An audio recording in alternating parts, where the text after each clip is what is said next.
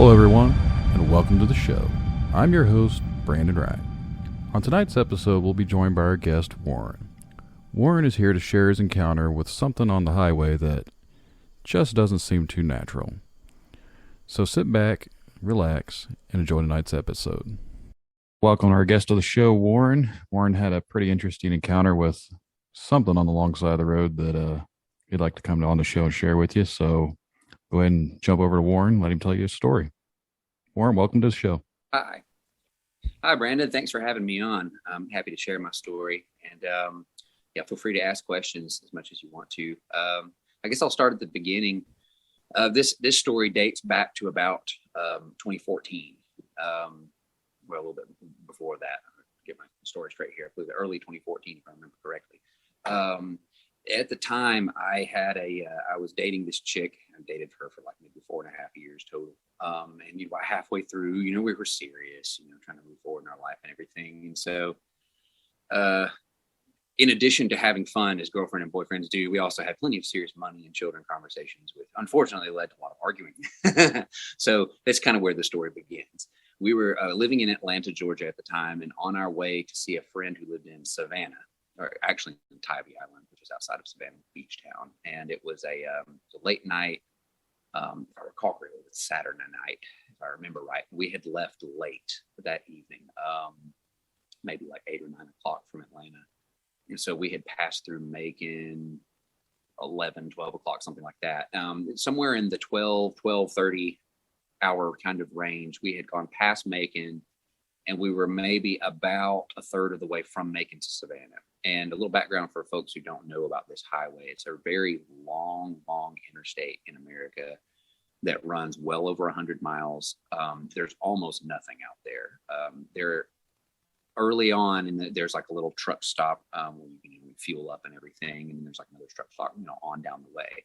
We'd already passed this first truck stop. So we had like a nice, long, dark, straight highway to traverse with no lights, no signs, no exits, no buildings. It's nothing. It's flat. It's boring. There's nothing out there. Occasionally you'll see like a radio tower over the horizon until you go a long way. Now, there are settlements and villages off this highway, but whenever an exit did come along, it's one of those situations where you turn off and you got to drive a good 15 or 20 minutes before you get to some little, podunk kind of place. Obviously, once you encroach upon the bigger cities, there's more. But we're a third of the way through. It's dark. There's nothing out there. We've long since passed the truck stop. Being that it was late, there weren't a lot of cars on this highway. I remember one set of taillights way ahead of me and occasionally passing a car on the left side of the highway. This is a 2-lane highway on each side with a wide median in the middle. So 2 lanes going east, 2 lanes going west. And the median was wide enough to kind of have, I'm not very good judge distance on this kind of stuff, but I'd say probably a 15, 20 yard median, a very wide median, very, very wide median. Plenty of grass, a little bit of a dip in the middle. This particular portion of the highway is also completely straight. So there were no curves. We're just kind of hauling. I've got the car on cruise control at about 82 miles per hour. And to go back to how I started the story, my girlfriend at the time, we're arguing about something. I don't even remember what it was. It was something unimportant and petty and probably about 7 different things at once. And girlfriends are usually pretty good at a mic drop comment, right? I don't remember what exactly she said because everything in my memory after we had our encounter was lost, as far as that conversation was concerned. But she said something and it made me mad. And I was driving the car and I had looked over her and given her like a snap, like, oh my God, I can't believe you said that. And then like snapped my head hard left out the driver window. Just a physical reaction. It's not like I meant to look out the driver window.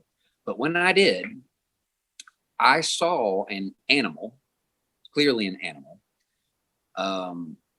running on all fours at pace with the car. And it took me a split second to think,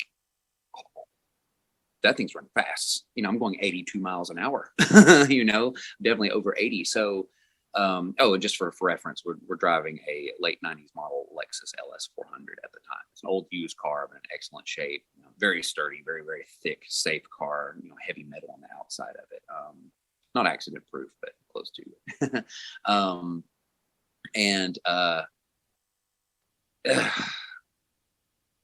looking out the left window and seeing this thing, to describe it, it's very large, the size of a small pony, larger than like a Shetland pony, but a small mule or donkey or something. Much bigger than a dog. If you compared it to a dog, it would be like a Great Dane, but a very large, muscular, thick-built Great Dane. It ran on all fours. It was hairless. It had sort of a pale, almost white sort of color to it. Maybe a bit yellowish skin color, but a light pinkish, palish skin color, like a naked mole rat. I didn't have that much time to really investigate the skin because this is what happened. It happened pretty quickly. But a naked mole rat, if you look one up on the internet, that's literally what the skin looked like. That texture, that color, very strange. Had no hair, save for a bit of a mohawk from the nape of its neck down through its shoulder blades, about halfway down its back. And I didn't see the mohawk clearly at this point in time, so I would have assumed it was probably like a row of boar bristle type hair or something of the sort. It was dark and moving fast enough, so it was hard to see those kinds of details. Where my eyes were drawn were to two parts of the animal. First of all was its head. To describe the head would be to say that it literally looked like a saber-toothed tiger. This is crazy, with slightly smaller fangs, but still two very large incisor fangs, or not incisor, excuse me, canine type fangs. I could clearly see its open mouth and its teeth. They were all like needle sharp. I saw no molars or incisors. I just saw a lot of sharp fangs, like some kind of horror creature. I do not recall if there were more than one row of teeth, but there may have been. The teeth did seem very crowded, especially in the lower jaw. The two prominent canine incisor fangs, if you look up a skeleton of a Smilodon, which is a very specific type of saber-toothed tiger that existed in North America, say 10,000 plus years ago, the shape and the size of the fangs are very close to what I saw. The creature's face resembled a dog without a nose, almost like maybe the nose had been pulled back up the face and smooshed into the head like an ape, like a type of bonobo or a chimp. Maybe, it might not be too far-fetched to say its face reminded me of a baboon or a mandrill. It had a very long face from, say, its eyes to the upper part of its jaw, rectangular shape, but its mouth was very large and open. Almost looks like when you see like a baboon or a mandrill's mouth, like when they do a full yawn. Except its mouth wasn't like yawning like that. It's kind of like I don't know if you guys can see me on this film. I'm trying to describe with my face. But if you think about like a dog panting coyote or a chihuahua or something, have like a funny little bit of a smile, and their mouth isn't really all that open. That's kind of what the shape of the mouth a little bit more looked like. The freaky thing was, though, when I turned my head and looked at it, this thing looked back at me and made eye contact with me. It didn't look over and see a car running next to it. It's like it was waiting for me to look at it. When I looked at it, it looked right back at me, made eye contact me with glowing, fiery red eyes, like a little white lab rat, except they were lit up. They were on fire. My heart about stopped upon seeing these teeth and these eyes and this grotesque looking creature. So I turned my head, it looks back at me, and then he immediately starts to charge the car. Now, to give you a physical reference of where this creature is, I'm heading east on I-16 at about 82 miles an hour. This thing is actually running in the median, but alongside the westbound lane.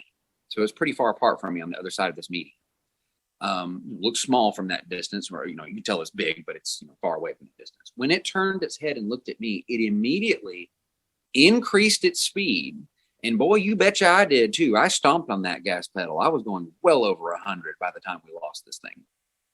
But in a short amount of time. So I look at it, it looks at me, and then it runs across the median like 1, 2, 3, bam, and then like shoulder rams it, just kind of like a football player. Takes its right shoulder and rams it basically where the tire is on the front driver's side tire on our Lexus. If it hit the wheel, then it wouldn't really have left any damage. It's a solid metal wheel, like you've seen those old Lexus wheels. They're just a big flat giant piece of solid metal. or tire or something. And if it hit the lower end of the car, it didn't leave a dent, but it also hit the lower end of the car where it's reinforced and has a very large rubber wrap. If you look at a 97 or 98 Lexus LS 400, you'll see how they're built. They're sturdy. They're rolling tanks. I also was in the left lane at the time. When it charged the car, I was in the process of maneuvering the car into the right lane to get away from this thing. I didn't take my eyes off of it. It came at us fast. And it's wild to think about. It makes my heart race to think about being attacked by a creature that large. I mean, if you've ever been run after by like a rabid dog in a junkyard or chased by a bear in the woods, then you kind of know what I mean. But this happened so much faster. There was no time to think. It was like just react. I sped up and I tried to get over a lane and it charged the car, and then it was gone after that. At this point, I thought I had hallucinated and seen something crazy. If it had been the only encounter I'd ever had, if no one was there, I would not even tell you the story. I would think I'd just seen a shadow on the wall. But I looked over at my girlfriend at the time, who, for those of you who are Zodiac people, Virgo, so she kind of took things at face value always. I'm a bit of a spiritual person. She was not. Very pragmatic, very practical. If something didn't make sense on paper, she wouldn't believe it. This woman turned to me. We're in our late 30s, late 20s, by the way. We're both about 29. She turned to me and looked at me and said, "What was that? What did you see that too?" And I said, "Yeah, I saw that." And I tried to say, I think it was some kind of giant monkey wolf thing. And she said, in her words, "That looked like a werewolf." And we were like, "That's impossible. Werewolves don't exist. That could not have been a werewolf. Science has to explain it. Had to be something, had to be some kind of hairless bear or mountain lion or giant mutated rat or something. We don't know." We ended up, hauling all the way to Savannah and waking our friend up out of bed, making him get up in the middle of the night. "You got to come visit us. And we got to tell you about what we saw on the road." And I clearly remember him pulling up skeleton pictures on the internet and being like, "Sounds like you saw a saber-toothed tiger, dude. You're crazy." Okay, so anyway, let's fast forward just a little bit. About a year and a quarter, year and a half into late summer 2015. So over the holidays, my girlfriend and I did not do so well, and we broke up. And we were living in North Fulton County, which is about 40 minutes north of the center of Atlanta. If you look at the town of Alpharetta is where we were living at the time. So we broke up. I needed some financial restructuring in my life, so I moved back to Rome, Georgia, which is about an hour and a half west of that. It's in northwest Georgia. Look at Rome, Georgia Berry College. You can find, you actually find a lot of cryptid stories. There's some weird stuff that goes around here. But anyway, I moved back here. My dad moved in here for a short time, and continued forward with life, I guess. To give you a background on what I was doing, I'm a music teacher. I'm a musician. I currently spend most of my time playing live, writing music, supporting bands. I play keyboard, I hand MP3 organ, piano. I also write music, sing solo, etc. Look me up. Feel free to look me up. I'm all over Facebook. But at the time, I was teaching music lessons full time, and that's about all I was doing. 6 days a week, after school type lessons in a music school, and also private lessons, going to people's homes, teaching kids to play anything from Mary Had a Little Lamb to Dream On by Aerosmith on the piano. And so 6 days a week, I drive from Rome to Alpharetta. It's about a 60-70 mile trip one way, and then about 9 or 10 o'clock, usually I'd come home. Well, this was a Friday afternoon. A lot of my students were out of town. It was late summer. School hadn't started back just yet. So like late July-ish, late June-ish, maybe even. I'm trying to remember the exact date, unfortunately. But the weather was gorgeous. It was beautiful. It was hot, but not so hot that I couldn't drop the top on my Miata and enjoy the day. And that Friday, about 2 or 3 o'clock, the rest of my students' lessons were like, well, most of us are out of town. I was able to get a lot of my students to take lessons in the morning. So I came home early. Rolling through Rome, Georgia, heading from east to west on a little road called Redmond Circle. You can look that up. Redmond Circle joins to Shorter Avenue at a particular point, and then it also hooks up to Martha Berry Highway, which is also US Highway 27 at a certain point. So if you start at the intersection of Martha Berry Highway / US 27 and this Turner McCall / Loop 1 in Rome, and if you head due west from there and follow that road, that road will eventually have a little right turn offshoot.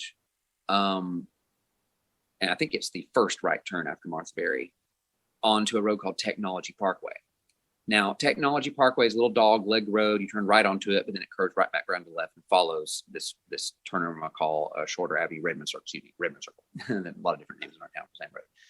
It parallels this road, maybe like a mile or so apart. But essentially, I could use either of these roads, the main thoroughfare, to get back to my dad's house, because he actually lived on the continuation of this road where it turns into a road called Garland's Parkway.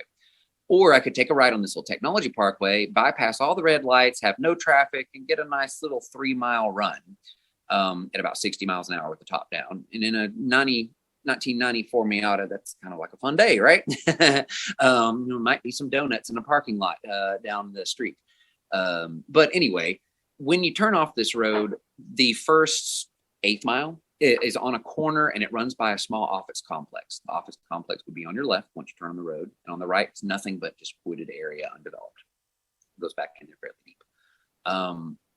And as such, since there's an office complex there and a couple turnouts, the miles per hour limit at this part of the road is only 25. So you turn, you go slow for a second, you round the curve, and then you can bust it up to like 50. I had nothing to do that day. I turned in 25 and very lackadaisically made a right turn on this road. It was a whim too. Instead of just going straight home, it's like, I think I'll turn over here real quick and take that little fun run home. As soon as I made the turn, I basically had to pull up to almost to a complete stop after going on the turn, like maybe 50 yards, 20, 30 yards, not even that far, 30 to 50 yards. Pull up to a complete stop to let a coyote cross from the right to the left side of the road in front of me. And fully no intention of killing a wild animal or messing my car up. Just pull up, let the coyote walk across. A lot of coyotes around here. They're decently big. They get plenty of trash out of the local restaurants, garbage and stuff like that. So they eat well. A second coyote follows, maybe 3 feet behind the first one. Okay, not a big deal. Just kind of, oh, look, a pack of coyotes is kind of what's going through my head. I think I had some Van Halen on the radio or something. Just, not very loud, but literally just enjoying the day. Then a third creature walks out a couple feet behind the second coyote. I don't know what to say about it.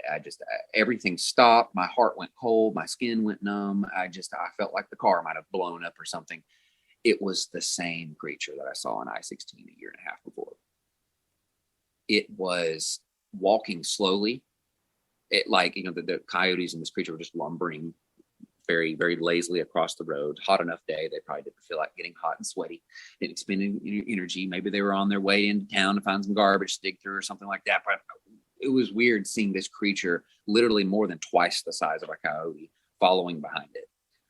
The great thing was, though, I got a very clear image of the creature because it walked right in front of the car. Like if it had been any closer, I wouldn't have been able to see its feet because it would have been too close, from the hood of the car.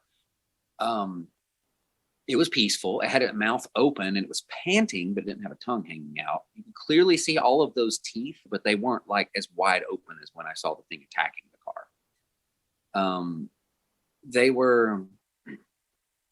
Its head was kind of down, like the head was heavy, had a very muscular neck, had a very muscular body, veins popping out, like bulging, sinewy muscles with no hair.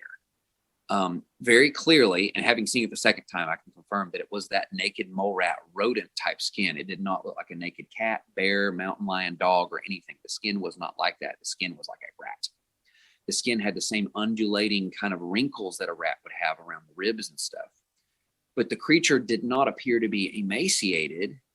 It appeared to be very well fed. Its muscles were massive. This thing had the arms of a hairless gorilla.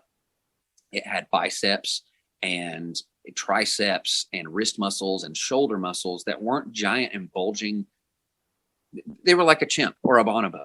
They were very sinewy and very large for being a creature that it wasn't, like a super bodybuilder, Mr. Universe type thing. It was just somebody who's really built. No fat on the body, if you will.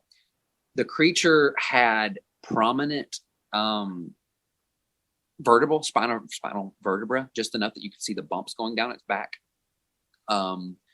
The creature stomach ended at the rib cage in a very grotesque way. Like, normally there's like some guts, and a diaphragm at the bottom of the rib cage. Even if a creature is emaciated, you still see a little bit of stomach leading up to emaciated stomach area, but this one wasn't like that. The rib cage ended, and it's like it was kind of just a spine at that point with a little meat around it.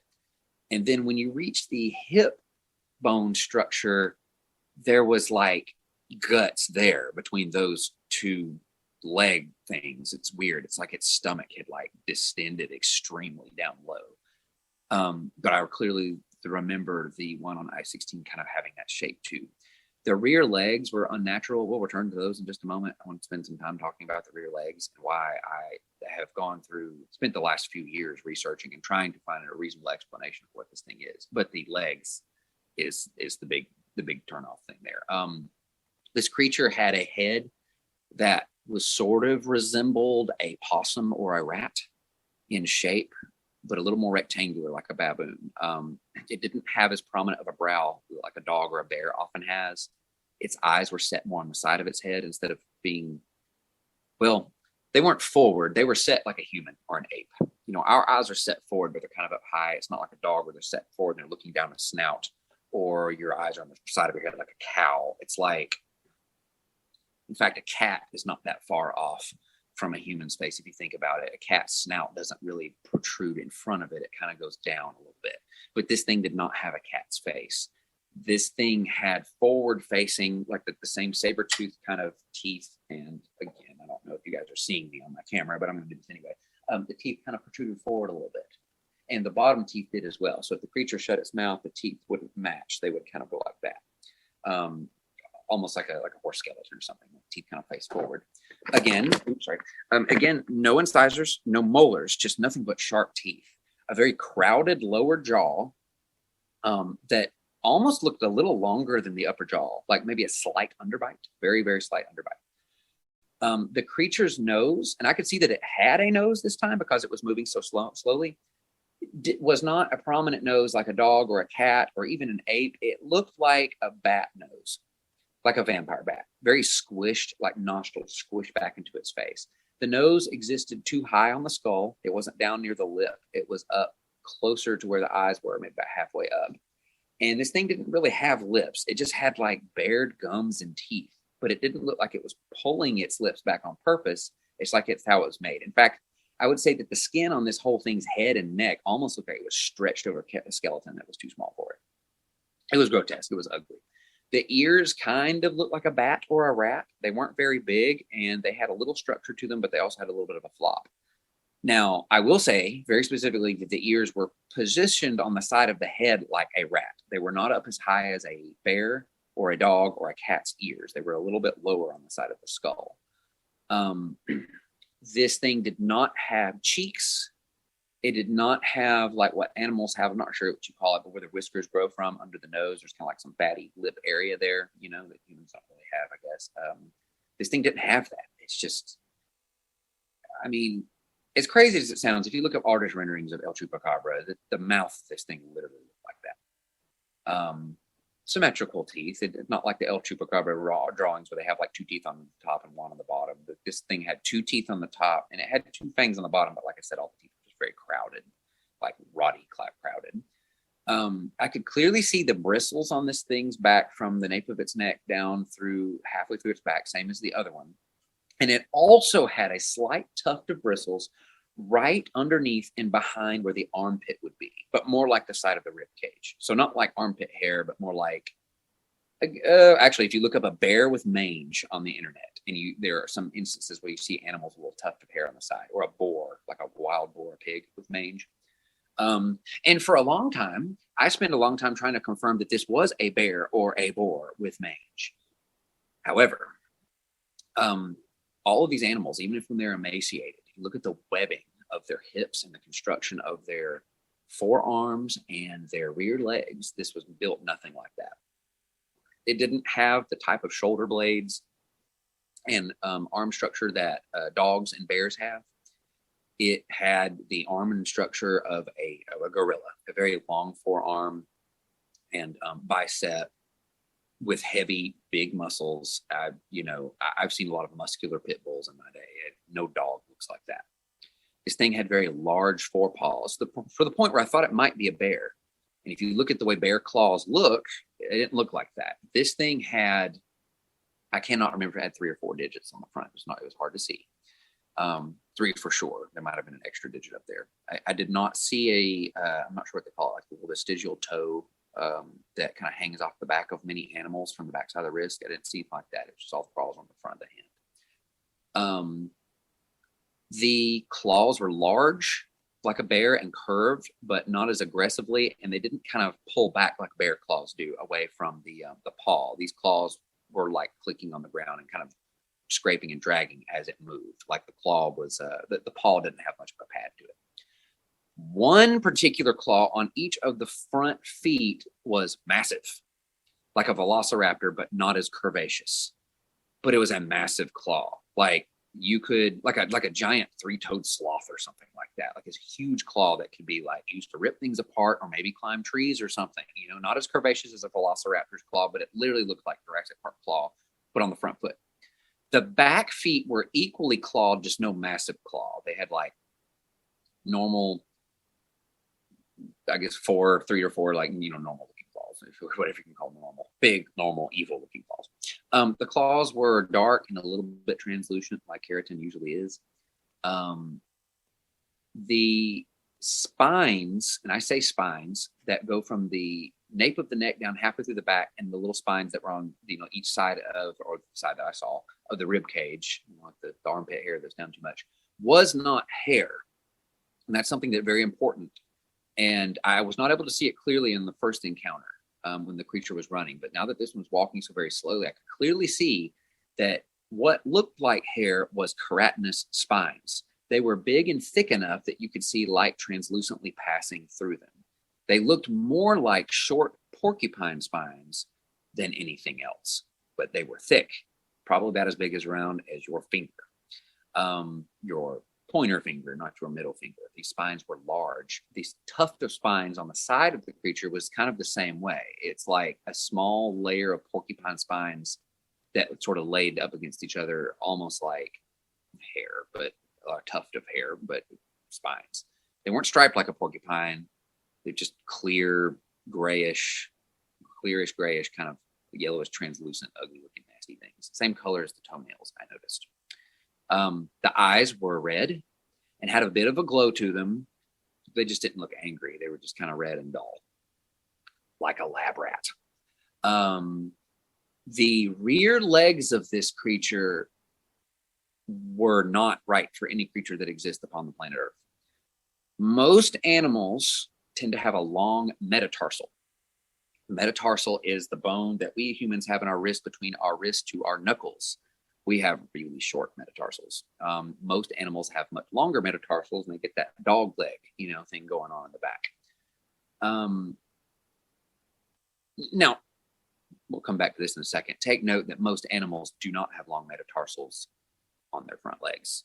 They have usually like a sort of regular bicep, and then a whatever the tricep exists. I forget the name of that bone, but like that particular part's a bit longer. Than they have kind of like a semi-normal wrist and sort of walk on their toes.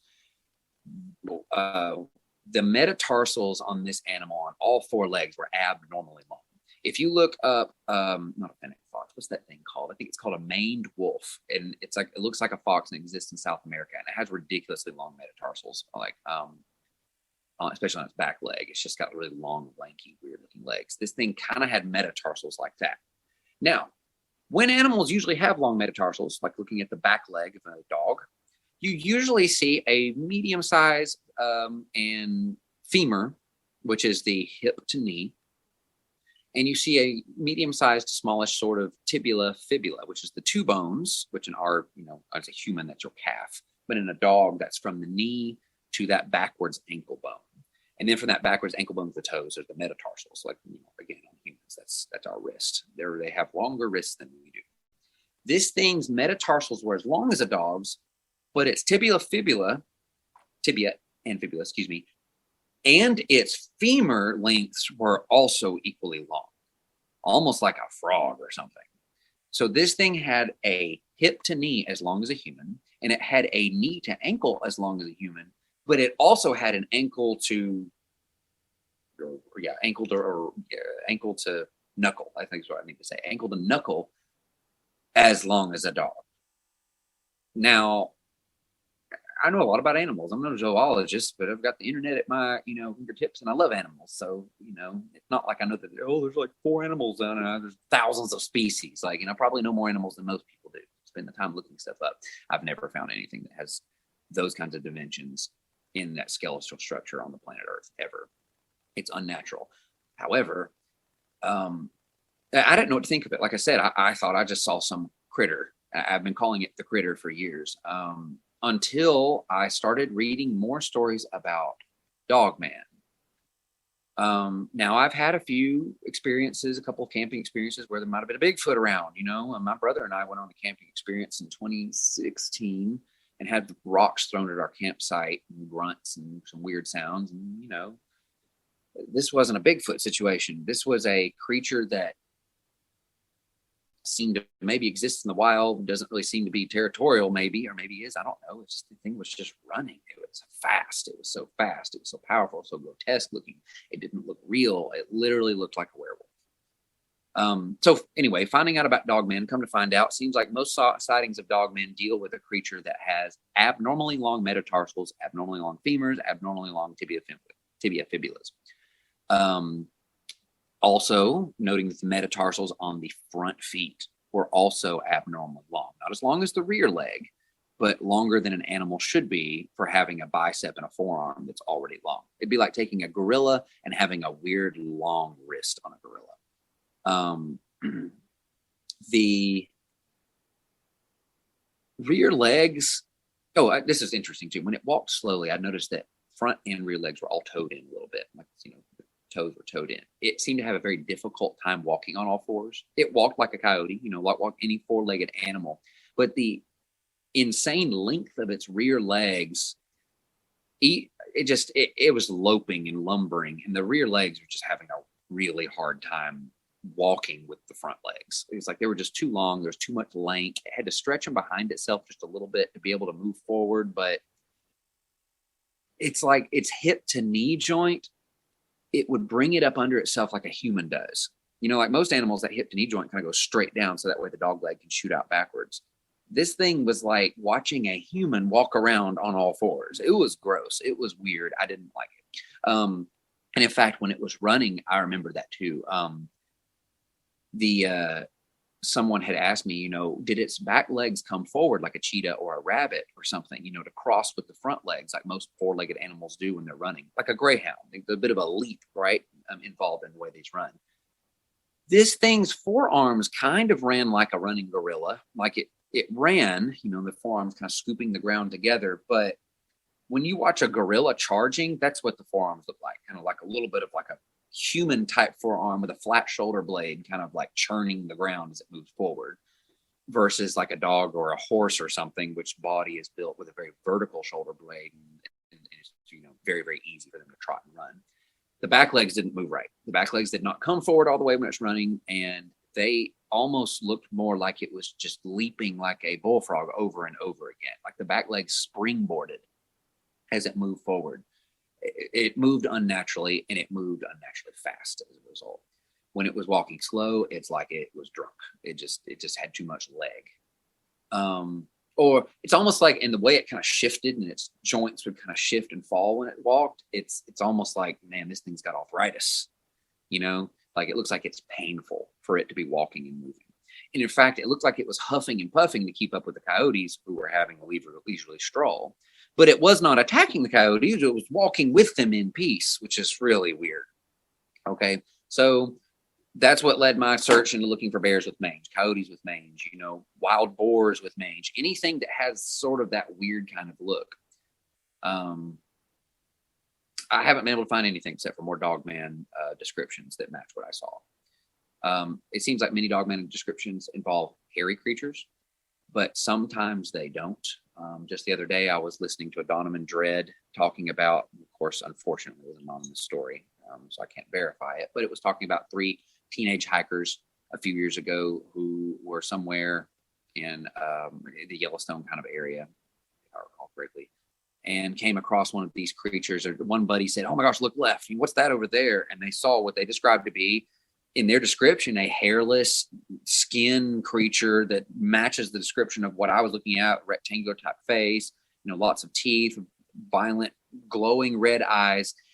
And the thing that stood out to me, and the reason I'm kind of paraphrasing this little story, by all means, go to YouTube and watch some Dogman Dread. It's awesome. And watch Edward, Mr. Ballin too. That stuff's good too.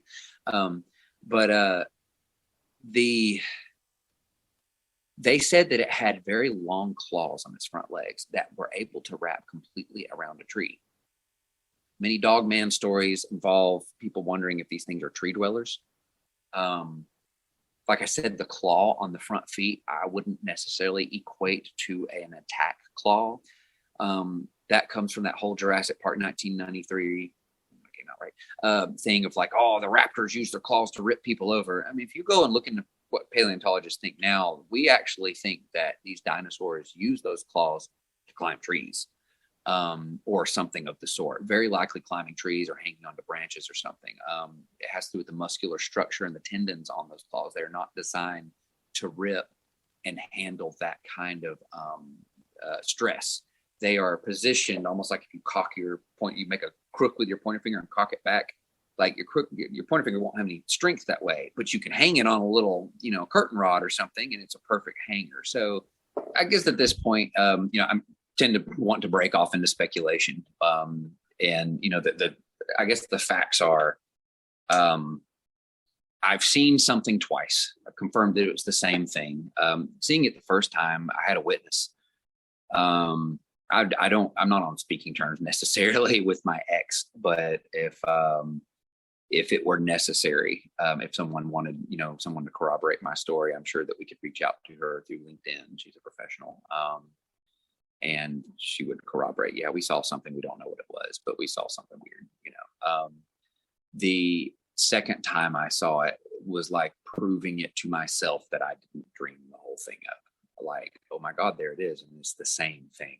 And I'm not saying it was the same exact creature, although some people have speculated, oh, it tracked you, which scares the bejesus out of me. A lot of people speculate that they're demonic. And I think I had used the word demonic when I had originally posted my story in one of the Facebook groups that sparked some of this interest. Like the first public telling of my story, I guess. But I don't know that it was demonic, because the first time it seemed demonic. It's like when it turned and looked at me, I feel like it smiled at me. I feel like its mouth was already open. I feel like it drew up the corners of its mouth and was like, I'm going to get you. Like, that was really frightening. But the second creature I saw was walking peacefully with a group of coyotes. And I don't know if that had anything to do with me or not. A lot of people say, oh, these things only let you see them when they want to be seen because they can do camouflage and all this, that, and the other. And I'm like, well, but maybe if it's a naturally occurring existing animal, that day it was just on its own agenda and it could give a rat's patoot whether or not I could see it. Maybe it was a peaceful one because it hung out with coyotes. Maybe it was a werewolf and everyone would become human again. I don't know. Some of that stuff seems far-fetched to me. I'm the kind of person who tends to speculate more on the side of explainable science. A lot of speculation that these things are some kind of government experiment that's gotten loose. And I've read enough of those stories to think that they're actually plausible. But that's my opinion. The one thing I can say is that it's a real thing. It's not something I've made up, some kind of like wild, crazy creature. And I think a number of people have believed my story. Fortunately, there is a lady who saw my public post on social media about it and reached out to me and said, I'm a sketch artist and I specialize in doing, descriptive sketches and stuff like that. And she asked if I would have a conversation with her, which was like a 2-hour conversation. She asked all these crazy details about what the thing looked like. And we went through like pictures that people have drawn, pictures of real animals, pictures or drawings of real animals, skeletal structures and stuff to try to talk about the specifics of it. And she just told me last week, she's just getting to start to get to work on that sketch. So I'm really excited about it. I don't know if that's something that she'll be able to ready to show anybody anytime soon. She warned me that we'll probably have to do multiple revisions because her drawing's probably not going to look like what I saw. I have a fear that it will. I have a fear that what she saw and what she's going to draw is going to look like what I saw. But it may be a little off. And if it's off, we'll keep working on it. But I'm excited about that because I'm not an artist and I didn't take a picture or a video of it. I couldn't have. So it would be really neat to at least have something to sell people. This is really what I saw. This is what it looked like. I feel like you can look up renderings of El Chupacabras, which I will be honest with you, are the most closest thing to what I saw. And I called it a chupa for a long time, a critter or a chupa, because of that reason. A lot of people say El Chupacabras aren't very big. This thing was huge. So I don't know. But a lot of the time, those artist renderings show these demonic creatures with blood pouring out of their mouths or like, slinking through the night.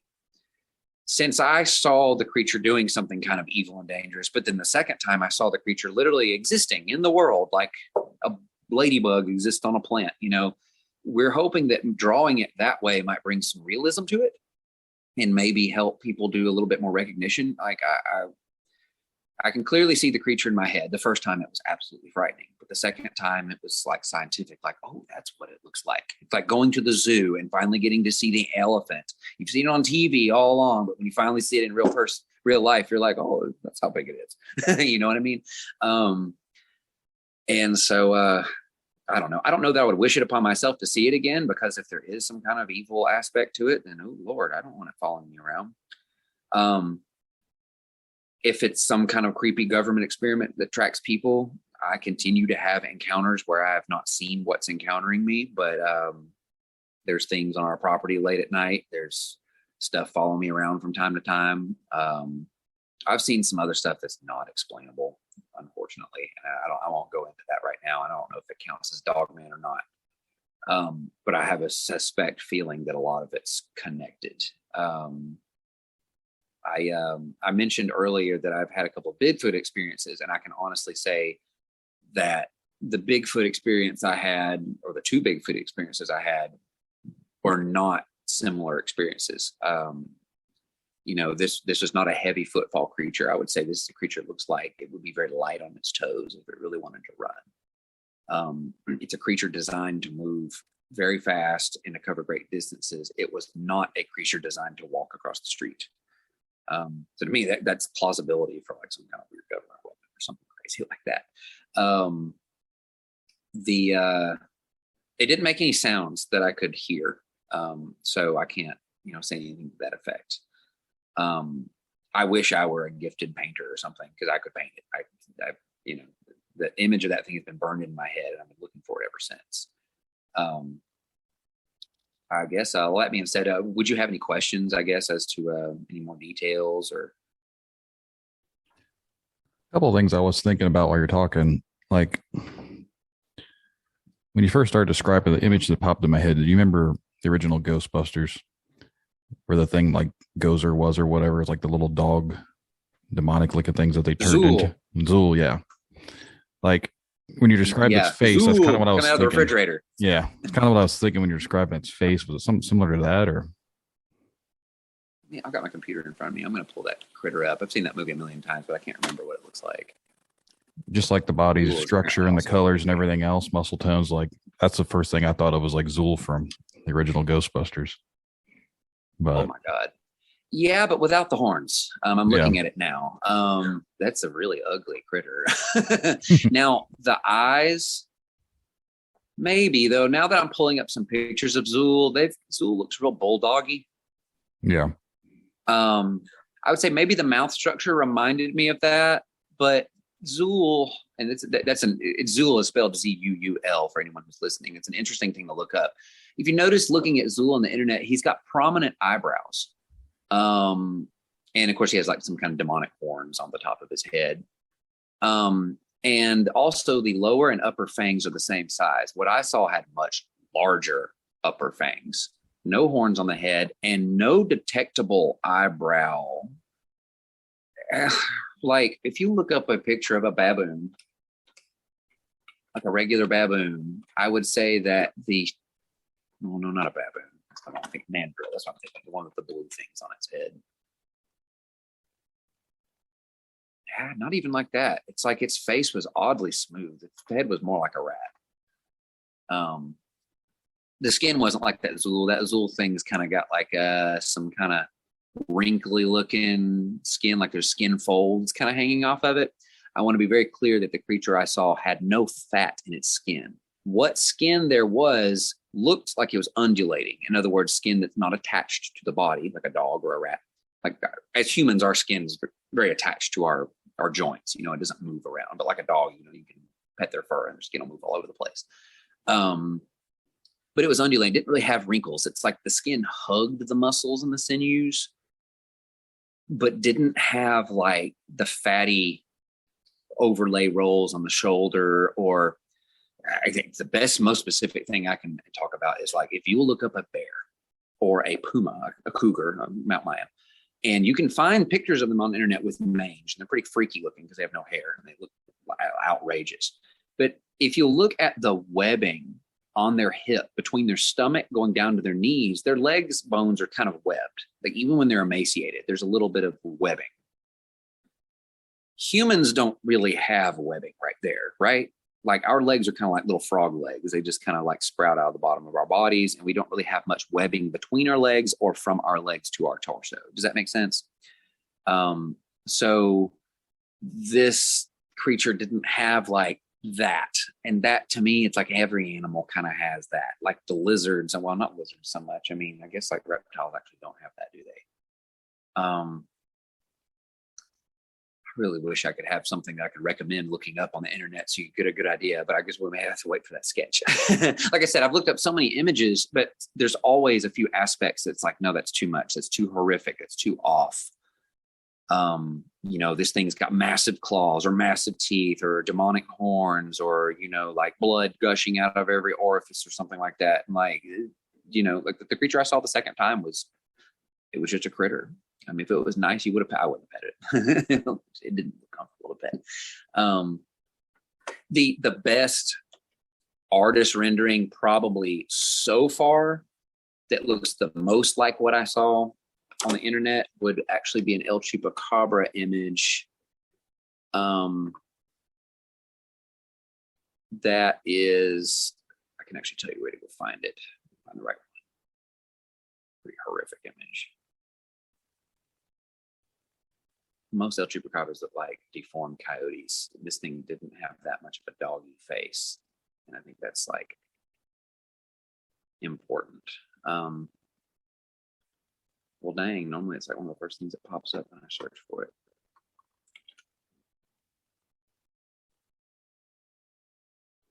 When you first saw it, when you're driving down the road, you say you're going about 82 miles an hour. That thing was keeping pace, then kept running along with you when you sped up.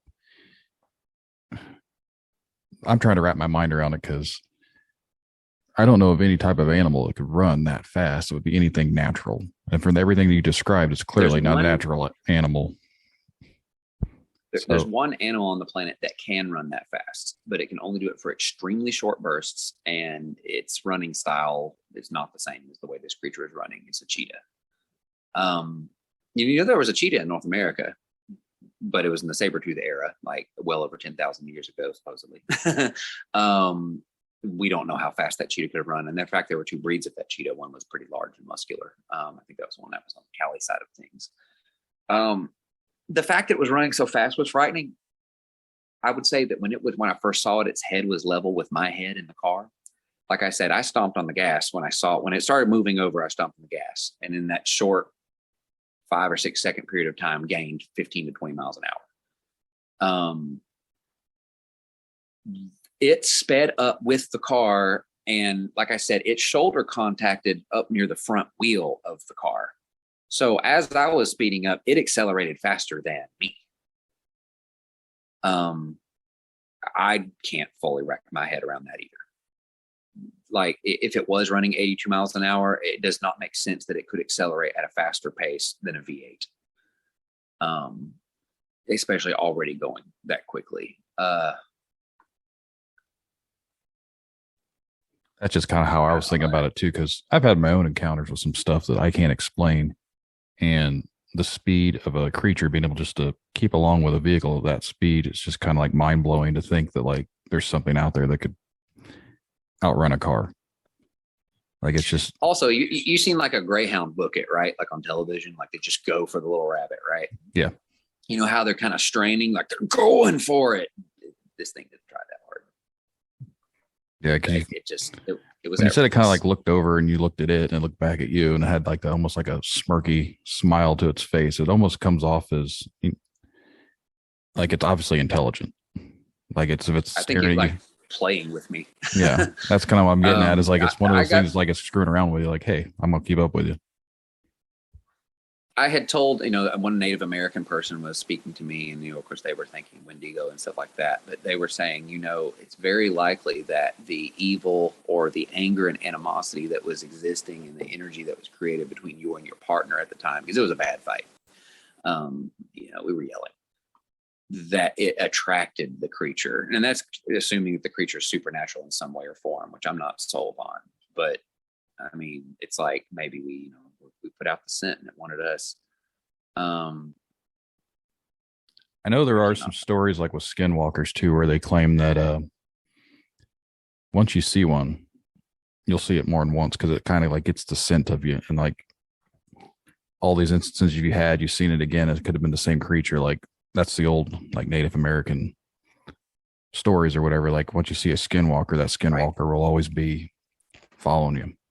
Which again, that's worried me because like you're my pet dog could be it. You know what I mean? But I mean, I don't know. I mean, I've had an interesting life. It's one of the reasons I've chosen to be a musician for my career because the daily run of my life is not normal. So I feel like I've had a number of different. I mean, I've seen some strange cloud formation things that I don't even want to explain right now. I don't think I'm ready to tell that story, but it's pretty much a UFO story. I just don't know that I believe what I saw yet. There wasn't anybody there to confirm it with me. I guess the one thing that makes me brave enough to tell this story is that when I saw it the first time, there was someone with me, and that person is someone who, I mean, one of the reasons we broke up is because my head's in the clouds and hers was not. She was no nonsense. I grew up in church. She was like, you're kind of insane for believing in stuff that you can't see. But she wouldn't, even on the day we broke up, I was like, you saw that thing, right? She was like, yep, don't want to talk about it. That's actually the experience that I had is the same situation. Someone else saw it too, but now. Were you in a car as well? Yep. I haven't really got into details on mine. I kind of haven't really shared it with anyone. I might do it on a future episode, but offline, we can talk about it. But gotcha. If it was just me listening to someone tell a story of my own story, I wouldn't believe it either because it just kind of sounds like not true. Like there's no way that could be. But after like actually see it and experience it, it's just like, how do you explain that? I've looked to every possible explanation that I can because I'm very like a science-based person, I guess. And like, I can't explain what I've seen. I've looked at everything up. I've checked everything I can. It's just like, this doesn't make any sense. So I've got my own explanation of what it could be, but my explanation still doesn't make any sense to myself. And like the person that also experienced. Go ahead. Oh, I was going to say, did you see what you saw clearly enough to see that it wasn't built like a common animal? What I actually saw that was actually in the middle of the road moving, it did not have a distinct figure. You know how those car dealerships will have like those blow up things that kind of like sway back and forth in the wind. Yeah. That's how its body was moving. Like, but it was taller than the vehicle I was in. But like it almost looked like a person wrapped in a cloak walking down the street drunk, like stumbling around, like its body was just moving unnaturally. And I was driving a 98 Ford Explorer and it was taller than the Explorer when I had to swerve to miss it because the guy in front of me, he swerved to miss it too. And I was like, what is this guy doing? Whoa.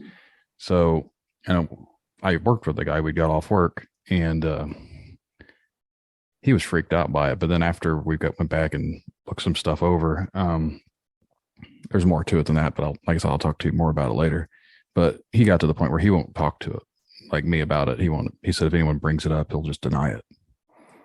So that's why I've never really. I think that's a big problem. I think a lot of people have seen stuff and they're afraid to talk about it because they think they'll be labeled as crazy.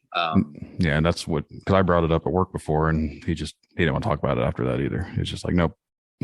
I mean, it's like we need pictures is what we need. We need like video footage. We need something that like people can believe. And I agree with you. I think they're intelligent enough to avoid the camera. They know what they're doing.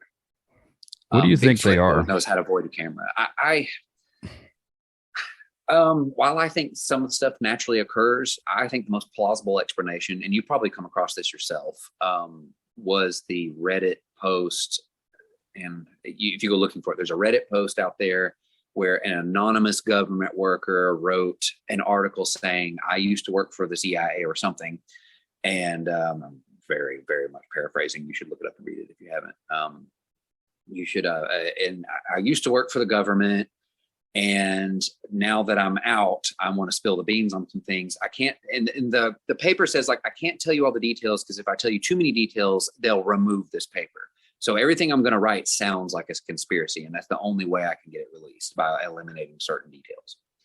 So this person goes on to talk about working in facilities in the government where, I guess they worked in one particular facility, and I want to say it was Virginia or North Carolina or something like that. But I could be wrong with that. They said they were working in these facilities, and the government, and we kind of are aware of this, MK Ultra and everything. We started mind control experiments post World War II. You can look up, it was 1964, 5 or 6. I want to say it's 1966. The CIA was successful in mind controlling a woman to shoot a man with a fake gun, but she did it. And a lot of people can speculate on that and everything, but I kind of look at it with seriousness. Because this, people who are kind of on this thing, in this particular Reddit post I'm talking about says, look, we got really good at mind control in the early 60s. And we've gotten really good at it because we've had 60 years to perfect it. So now we're insanely good at it. But we don't waste time controlling your mind because you're a peon. What we've done is we've genetically modified and mutated some kind of animals, some kind of chimeras, that the government has created for military or weaponized purposes. They are highly intelligent and emotional, maybe not as much as a human, but they're intelligent. We can control their minds, just like the velociraptors in that new Jurassic Park movie that was obviously very awful that came out. I just watched it. It was bad. But like there's a scene where the guys on the motorcycle and two like raptors are like mind controlled, they've been trained, and the lady shines a little red dot on the dude, and so they attack him, you know what I mean? Like attack dogs or something. But they've got like RF frequencies going to their heads or something like that. But so this government worker said, well, these creatures are controllable and we can get them to do what we want to do. And they're smart enough to figure out problem solve. They don't have any language, but they can read. They can't make any noises that result in language. They don't have the ability to do that, but they're intelligent enough to understand it. Apparently, repeat times over the last couple of decades, they've gotten out and they've escaped because they don't like being in captivity. They're apparently extremely violent, and they have angry, violent tendencies, which either stems from their genetic predisposition or it's because they're in captivity and they don't want to be, and they know they're in captivity. And so this particular, Reddit post says that they've gotten out, and for the last few decades, there have literally been werewolf hunters running around America, working for CIA or whatever, shooting these things as they find them because they're dangerous. And they still breed them, but they just try their best not to let them out. He describes the creatures as being canine in form, but much, much larger. And he did not describe the creatures in detail. He's like, they're just canine in form. They're very large. They're highly intelligent. And, I think that's about all he said as to their physical descriptions. But a few of us, offline talks have talked and said, do you think there's any plausibility to this explanation? And many of us agree that from a scientific point of view, demons from the pit of hell doesn't make a lot of sense. But a genetically mutated, modified animal that has been bred to be intelligent is plausible. A government program that has had 60 to 70 years to perfect mind control is not only plausible, there's actually proof. If you really go looking, you dig into Korea, Vietnam, and everything that happened after all that, MK Ultra too, which I didn't know much about, but obviously with Stranger Things coming out, like I kind of got into it. I've Some of the always stuff said that if they use. the government had a way of making a weapon into something, they would. So it wouldn't surprise me that they were dicking around with mind control and genetic engineering and whatever else to alter the DNA of a creature just to weaponize it, because why wouldn't they? And look at interbreeding too. We've also seen that some creatures in the last 100 years have been able to breed and come up with like ligers type, ligers and tigons and like crosses between wolf and coyote. There was that weird thing that was shot up in Montana a while back, and they don't know what it was. And if you really look at the dead animal pictures, you're thinking, man, that looks like a wolf, but it looks like a bear. It's like, is that a cross between a wolf and a bear? That's got to be scientifically impossible. But if we can find literal chimeras that exist naturally, then who's to say that science and labs and everything couldn't just direct that process into what they want? In fact, it would be a lot easier, wouldn't it? We're already doing genetic selection for humans now. If you have the money, you can go in there and select what color eyes you want your child to have. Just cost a pretty penny. Yeah, I've heard some stuff about stuff like that, and I'm not a religious person or anything like that, but to me, it's the sense of, if you're going that route, you're basically trying to play God. Yeah, I mean, look you can look at Resident Evil, almost every zombie horror man movie, and all kinds of stuff that we come up in pop culture of the last 50 to 100 years, and it seems like one of humans' biggest fears is that we will try to play God and orchestrate our demise. I mean, stuff sounds crazy, but look, like the AI we have now is more intelligent than Skynet ever would have been. Look at what Elon Musk talks about in his concerns about like the ability and the power that exists in artificial intelligence now. He's openly admitted it's too far. We let it go too far. We have no control over it. It will do what it wants at this point. I've been making artwork with AI art.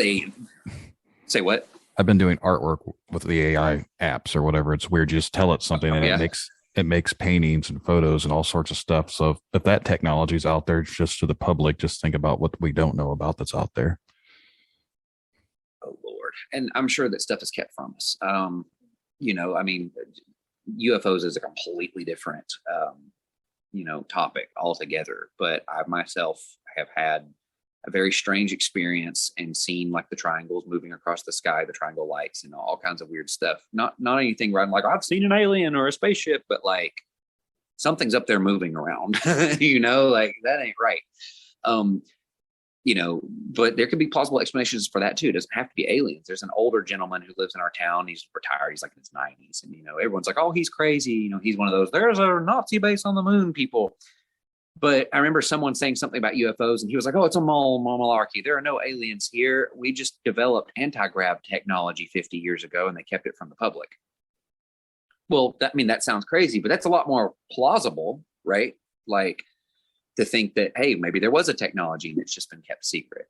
So I think, like, for me, having seen the creature twice, having experienced the first time in a situation where I felt like it knew what was going on, and then seeing the second time that it literally looked like a grotesque creature that maybe if you took, you ever read The Island of Dr. Moreau? It literally I've never read like it, vivisect. but I know You're I know aware the of movie. it, right? Yeah. Yeah. I mean, I've actually never seen the movies. I read the book, and the book is horrifying. The book is really horrifying. The guy know how to write. But it's about vivisection. It's about somebody taking animals and splicing them together in the late 1800s. Now, I read this book in high school.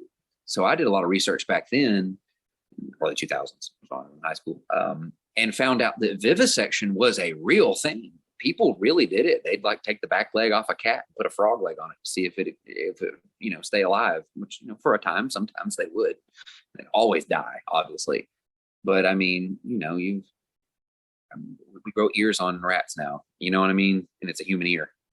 So maybe with stem cell research and genetic modification and, control over things, maybe like environment and diet and stuff like that, and then mix in with whatever technologies we're not aware of, like, who knows? They probably have all kinds of sensors and things to do things. I could easily see that. Now, if I was an intelligent creature created by the government and had to grow up in a cage like Eleven in Stranger Things, just like Eleven, the character of Stranger Things, I would want out. So if I was in the chupacabra or whatever these things are, I would get out. and I would run and I would stay in the forest. This is far-fetched too, but another maybe not so plausible explanation, but my own dad was like, he's a Bigfoot guy. He's never had like an experience, but he wants to. So he's just been looking his whole life, He was like, what if it's a dinosaur? And I was like, what? And he was like, yeah, what if it's like a dinosaur and they lived in caves or something, and due to global warming or something like that, they're coming out. So, I mean, there could be a natural explanation that doesn't involve conspiracy, I've actually heard some stuff from people kind of like that with the whole cave thing, but it's almost like a hollow earth type situation. Like there's an actual whole thing under the planet that we don't know about, that other animals have lived in and everything out. Now they come out from the cave systems, and it's again one of those other stories. That's kind of like a conspiracy too. Yeah, because it's like all the government knows about it. What was that guy's? Was it Admiral Hood? Was that his name? The guy who flew the airplane. Admiral Byrd in Antarctica. Byrd, thank you. Yeah, Byrd, and he's supposed to have discovered Agartha or whatever. That'll be a topic for a future episode. Some people say Antarctica's melting, and and the Arctic melts and things come out of the ice. I don't know. This thing didn't look rotten; it looked healthy and alive. Yeah. So, I think we're gonna have to wrap it up here, but I do have a couple more questions. So, if you were to ever see it again, was that something you would want to see? Like yes, you had the opportunity? I really hope I would have a camera at hand. I would hope I'd be within the safety of a vehicle or whatever, and not on my own. And I hope I'll be able to get it on film. When you saw it the second time, like, did you feel like you were in danger? I know you were in a vehicle, but did it feel like you were threatened at all? Like, did it look at you like to where you like, hey? And that's the thing. The second time, it was possibly even oblivious to my presence. You know what I mean? Like the second time was like, oh my God. And I'm trying to rip the phone out of my pocket before it disappears into the bushes, to get a picture or a video or something of it, which I didn't. Wasn't able to get it in time. They weren't out that long, but it didn't acknowledge me. It wasn't chasing coyotes. It's like, man, that's a really mean looking creature, but it's behaving peacefully enough. You know what I mean? Like, look, I mean, sharks are scary, but if a shark was in a tank being peaceful, I might be tempted to put my hand on its back and feel its skin. You see what I'm saying? Yeah, I do hope to see it again. I just hope I can do it in a safe way. Seems like people don't ever see them in good situations. I honestly believe that the ones that go out searching for this stuff are usually the ones that don't end up seeing the stuff, but the ones that don't really think much of it are the ones that have the most encounters, because it's like when you're out looking for it, why is it going to come out if it knows you're out there? But if you're not expecting something, or you're just out and about and it just so happens to come across, it's just like, there it is. So because I've talked with other folks, and I've talked to people that go out and they do the paranormal ghost hunting and everything else, and that's another discussion. But I feel like they're looking for everything that they can determine to be like supernatural, like, oh, this meter moved this and that. Well, there's also natural explanations as to why it could be doing that. But I also know people that don't look into anything, they don't believe any of that stuff, and they have more experiences than the ones that do believe in it and go out looking for it all the time. So it's just kind of just weird in general. The whole situation is like your story. Any type of any type of encounter I've personally ever had has always been, my mind was on something else, and I was busy doing something else. You know what I mean? Like, and not thinking about anything like that or looking for it. Always caught unawares. I feel like that's when people's minds are most open to see that. And I know some people have theories that like, oh, this parallel universe and something comes in from that side. We end up seeing it like our paths cross from the multiverse or whatever that Marvel's made that everyone thinks exists now, and everything else like that too. Like, there's just all sorts of conspiracies and mindsets that people have that from all these theories for these creatures. And it's just kind of like, well, I'm more based in fact and reality. And I know what I saw. I can't explain it. You know what you saw. Can't really explain it. Like, It wasn't something that just popped out of nowhere and then just straight up disappeared again. Like, it was just there. So it's like, how do you explain that to someone that doesn't want to listen or doesn't believe that? I found I'm going to send this to you in Facebook, but I did find like a little drawing on the internet that to me looks like the back legs aren't right. The back leg was like a dog's leg in this drawing, but if you look at the head and the underbite and the way the nose is kind of almost not there, it's sort of reminiscent of what I saw. I think it's the best thing I've seen, but like I said, I'll send you that privately. But yeah, I think we're gonna have to wrap it up because we're about out of time on this one too. So I'd love to have you back on, talk some more. If you have any more encounters, and once you get sure, that, I would say, yeah, I was gonna say if I could get that artist drawing, that might be cool. And I could ask Sibylla. I think she lives up in Massachusetts or something. She's just somebody off the internet. I can ask her if maybe she might be interested in part of that. Maybe we could help you like get a couple of us on there and maybe just kind of talk about the drawing or something like that. Yeah, love that. Maybe I'll see another one. I doubt it. I feel like I'm looking for it too hard, but I think now that you're looking for it, it's going to be hard to find it. Yeah, probably so. I mean, although I get wrapped up in my world all the time, being a musician, running bands and stuff, I'm oblivious to things going around me sometimes. And I think that's why I continue to hear and see things that I just haven't seen anything tangible. But the creepy feelings, the birds all going quiet in the forest kind of thing from time to time, that happens a little too often. Some people are just in tune to it. That's kind of what I went back to with the whole Skinwalker vibe is sometimes those things just follow you. So, well, I'm going to start making a habit of listening to your podcast too, to see what you come up with. So this is basically going to be like the second episode. So we're still in our infancy, but. Oh, very nice. Got a good start. So with that said, I do appreciate you having on and look forward to hearing more from you. So, yes, sir. Thank you, Mr. Brandon. You have a good day. Thanks. You too. And that's our show, everyone. I'd like to thank our guest Warren for coming out and sharing his experience. And if you've had a personal encounter that you'd like to share, please contact the podcast. I'd love to have you on. You can send an email to tinfoiltalespodcast@gmail.com. Again, that's tinfoiltalespodcast@gmail.com. And we can get something scheduled to have you out on the show. Thanks for listening. Good night, everyone.